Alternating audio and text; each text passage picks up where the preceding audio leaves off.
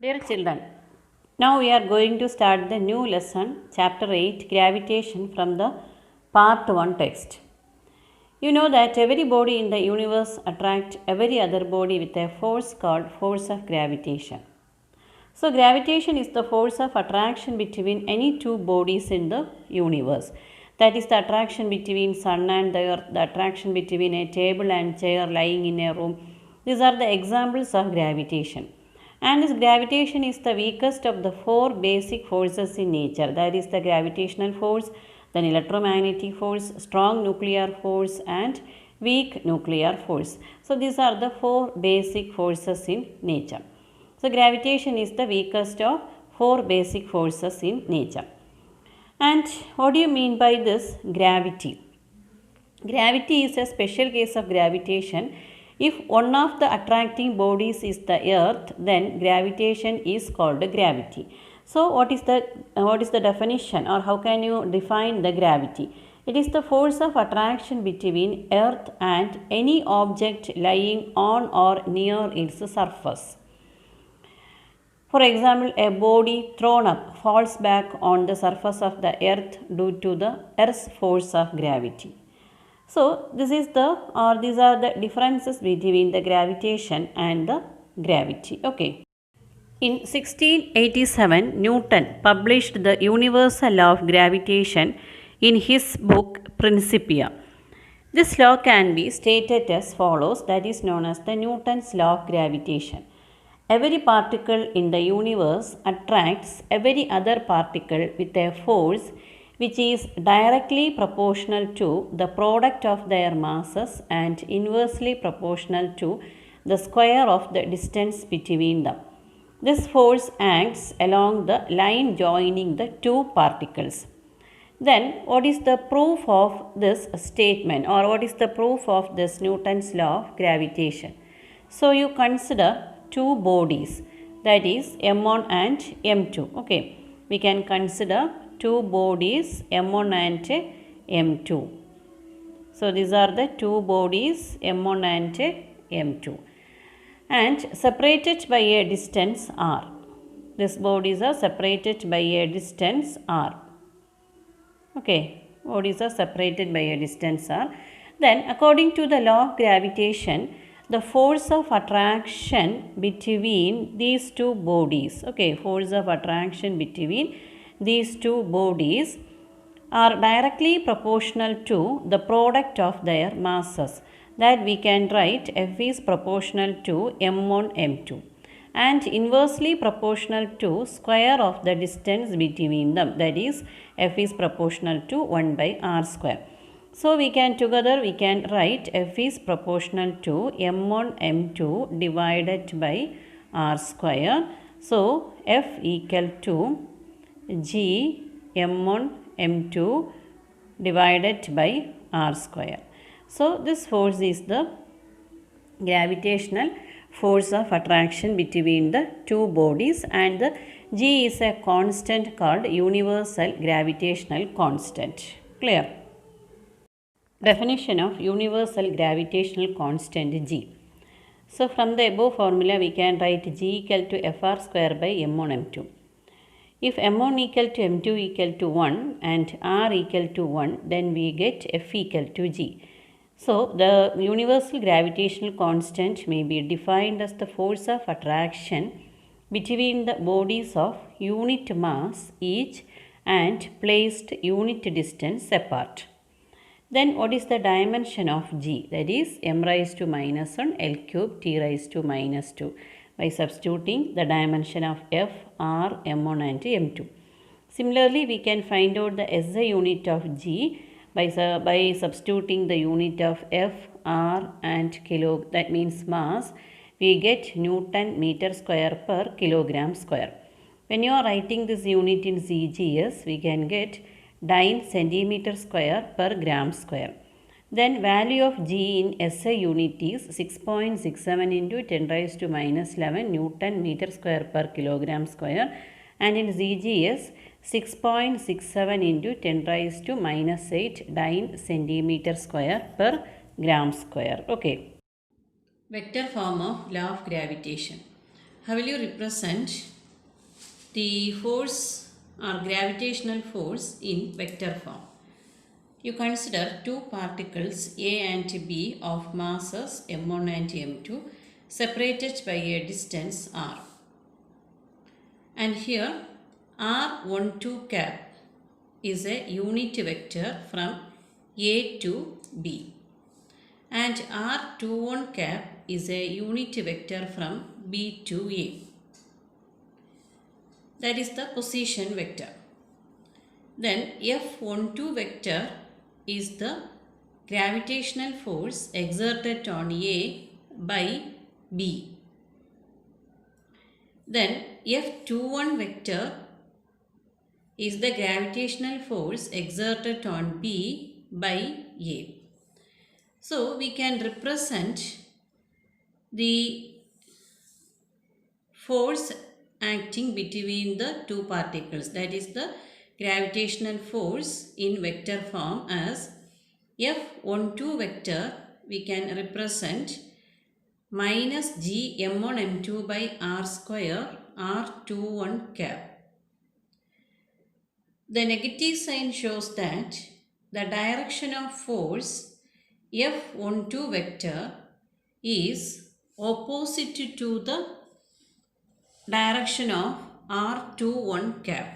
F12 vector, the direction of F12 vector is opposite to the direction of r21 cap.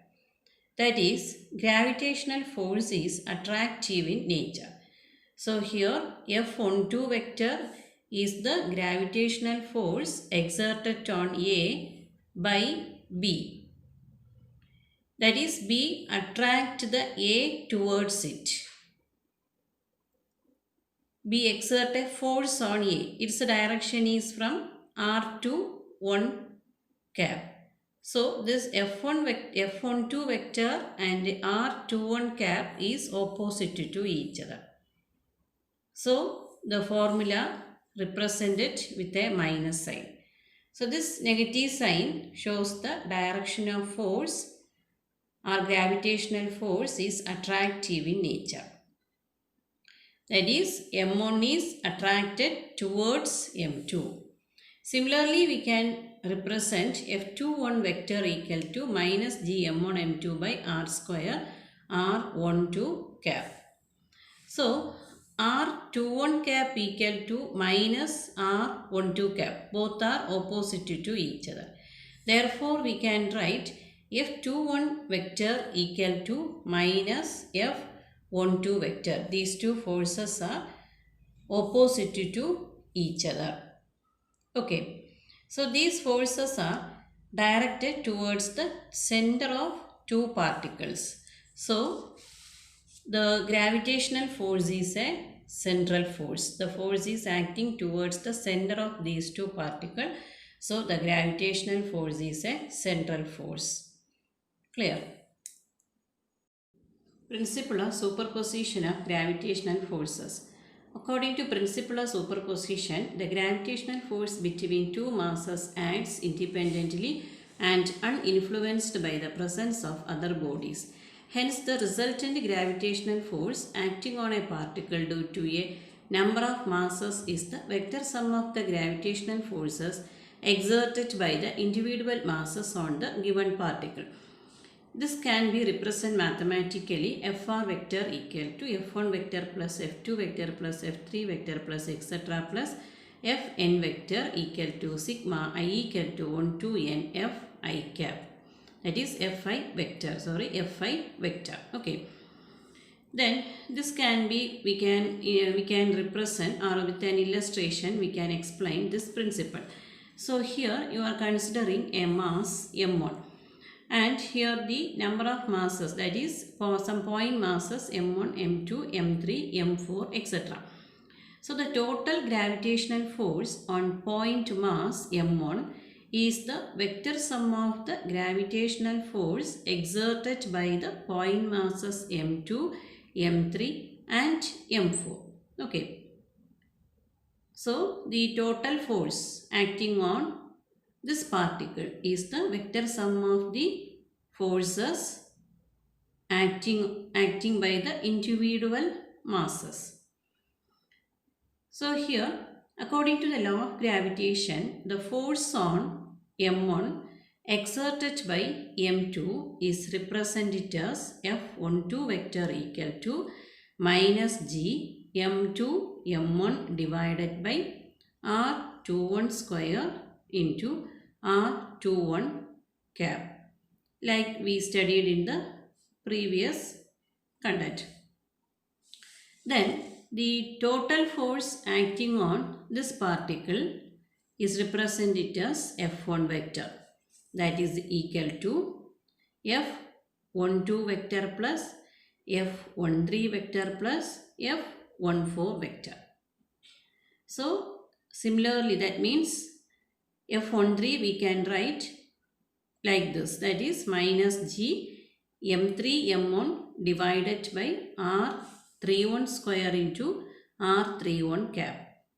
Then F14 equal to minus G M4 M1 divided by R41 square into R41 cap. Then minus G we can take it outside. Then we get the resultant force acting on the point mass M1. So we can represent that resultant force using the principle of superposition. Okay. Numericals.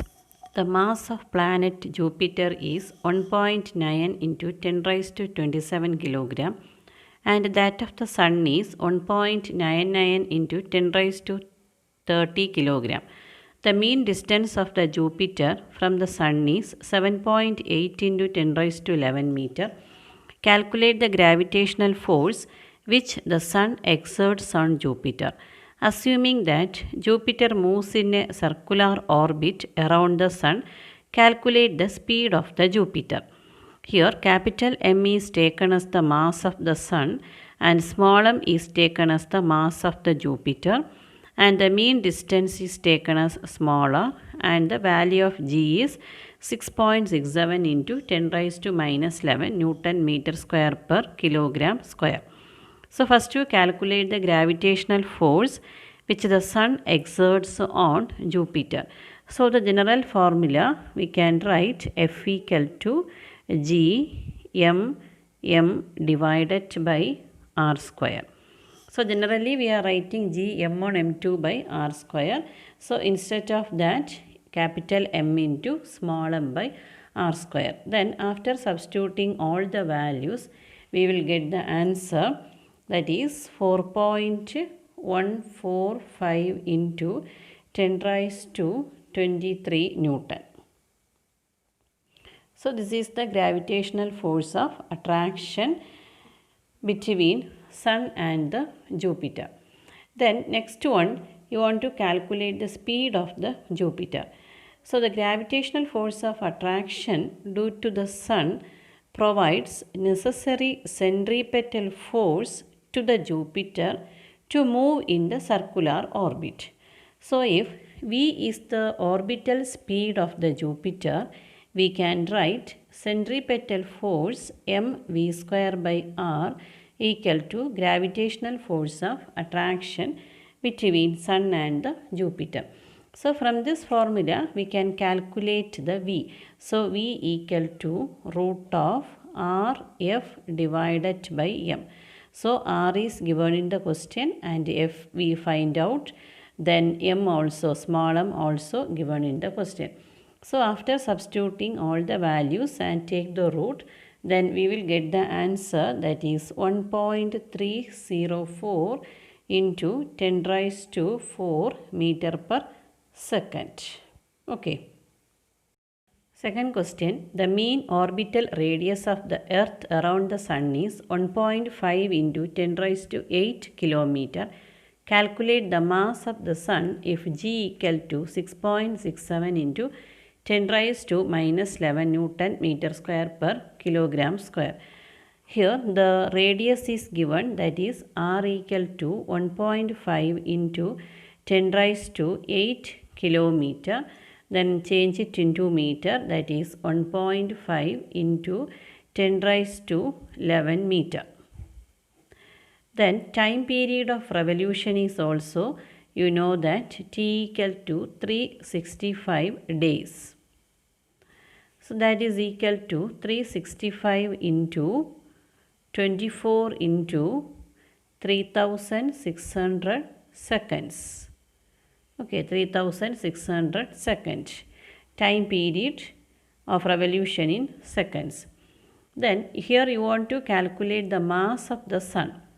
So you know that centripetal force required is equal to force of gravitation between the earth and the sun. So what is the centripetal force? That is mv square by r. And what is the force of gravitation between the earth and the sun? That is capital G m divided by r square. Then here we can cancel this m and m. So you want to calculate the mass of the sun, capital M. So here the r and r also we can cancel. We can cancel this r square and r. Then here the velocity is not given. So we can write velocity equal to 2 pi r by t. 2 pi r is the circumference of the circular orbit, that is the distance moved by the earth around the sun, and t is the time period of revolution. So we can write capital M equal to r into v square divided by g. So here v is v equal to v, that means v equal to 2 pi r by t the square, okay, and divided by g. Then we can write capital M equal to then 4 pi r cube, 4 pi square r cube divided by g t square. So we get the formula like this. Then substituting all the values, that is the r equal to 1.5 into 10 raised to 11 and t equal to 365 into 24 into 3600 the whole square, and g equal to 6.67 into 10 raised to minus 11.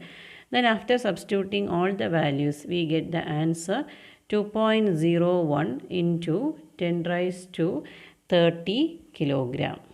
Clear? This is the mass of the sun.